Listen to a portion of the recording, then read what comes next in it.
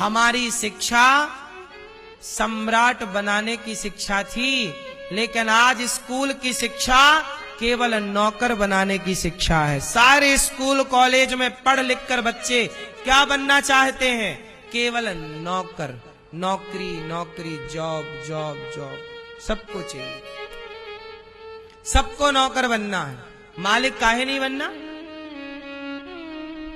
नौकरी देने वाला क्यों नहीं बनना? नौकरी लेने वालों की भीड़ में क्यों खड़े होना है?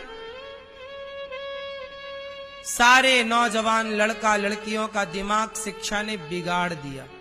सबको नौकर बनना है, मालिक किसी को नहीं बनना। क्यों बेटा बताओ? पढ़ लिख करके नौकर बनना चाहिए कि मालिक? लेकिन आज की पीढ़ी क्या बनना चाहती है? सबको जॉब चाहिए, सबको नौकरी चाहिए। नौकरी लेने वाले क्यों बन रहे हो? नौकरियां देने वाले बनो, देने वाले बनो। देने वाला समाज बड़ा है, नौकरियां देने वाला समाज, नौकरियां लेने वाला समाज।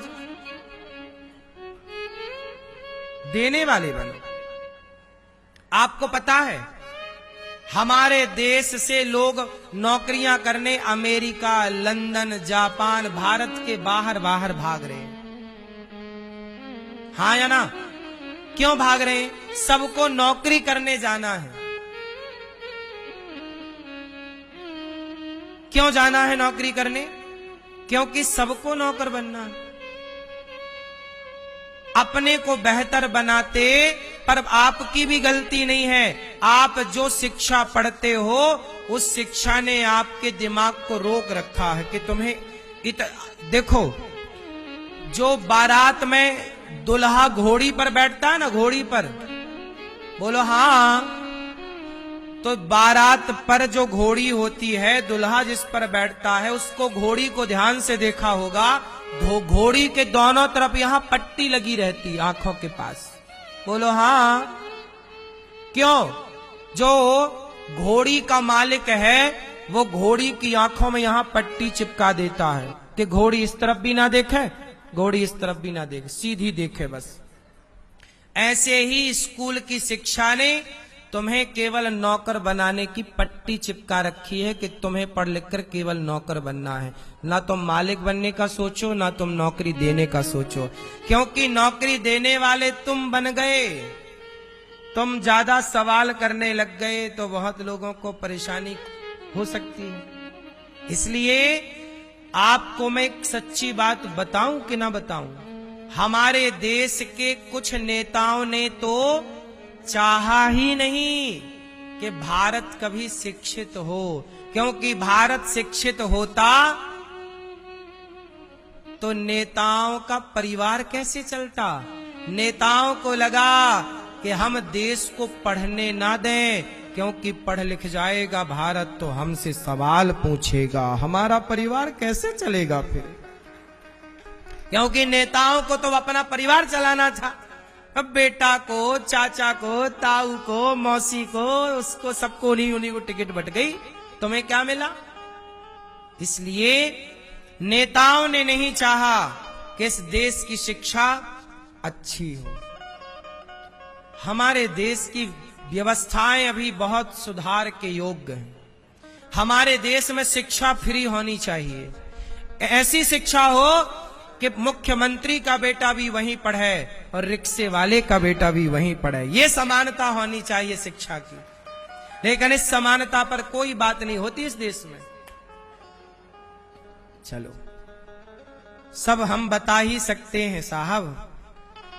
समाज की रूपरेखा जैसी है, बस हम अपने को ईमानदार रखें, बस हम बेईमान ना बने। कोशिश करो कि जमाना बेईमान है तो है, हम क्यों बने? हम क्यों तुम्हारी भेड़ चाल में सम्मिलित हो? हम नहीं होंगे तुम्हारी भेड़ चाल में सम्मिलित ईमानदारी से। तो कितने लोग ईमानदारी की रोटियां खाना पसंद करेंगे? हमारे देश में आज भी सोचिए 2025 चल रहा है, आज भी हमारे देश में शिक्षा का स्तर इतना गिरा हुआ है कि आपने चप्पल यदि बाहर उतारी होंगी और चप्पल उतार के कथा में आ गए तो अब कथा सुन के बाहर जाओगे तो गारंटी नहीं है कि आपकी चप्पल मिल ही जाएगी। आज भी हमारे देश में चप्पल जूता चोरी करने वाले लोग बहुत हैं। हमारा देश क्या कर रहा है? चप्पल जूता चोरी करने में लगा है। क्यों? गलती किसकी है? ये चप्पल चुराने वाले कौन हैं? काश ये शिक्षित होते, काश ये शिक्षित होते तो ये चप्पल ना चुराते ना साहब, ये मोबाइल ना चुराते, ये गले की चैन ना चुराते। काश समाज में शिक्षा का विस्तार हुआ होता। हमारी शिक्षा में काश गीता को ऐड किया गया होता। हमारी शिक्षा में काश रामचरितमानस की चौपाई और वेदांत को स्थान दिया गया होता, तो आज हमारे देश की स्थिति ये ना होती। आज 2025 चल रहा है, फिर भी अभी सुधार की संभावना दूर दूर तक दिखाई नहीं पड़ रही। किसे समझाएं? इस देश में कोई सेफ नहीं है। बूढ़ी माताओं का मोबाइल छीन लिया जाता है, रास्ते चलते पर्स चुरा लिया जाता है। हाँ या ना?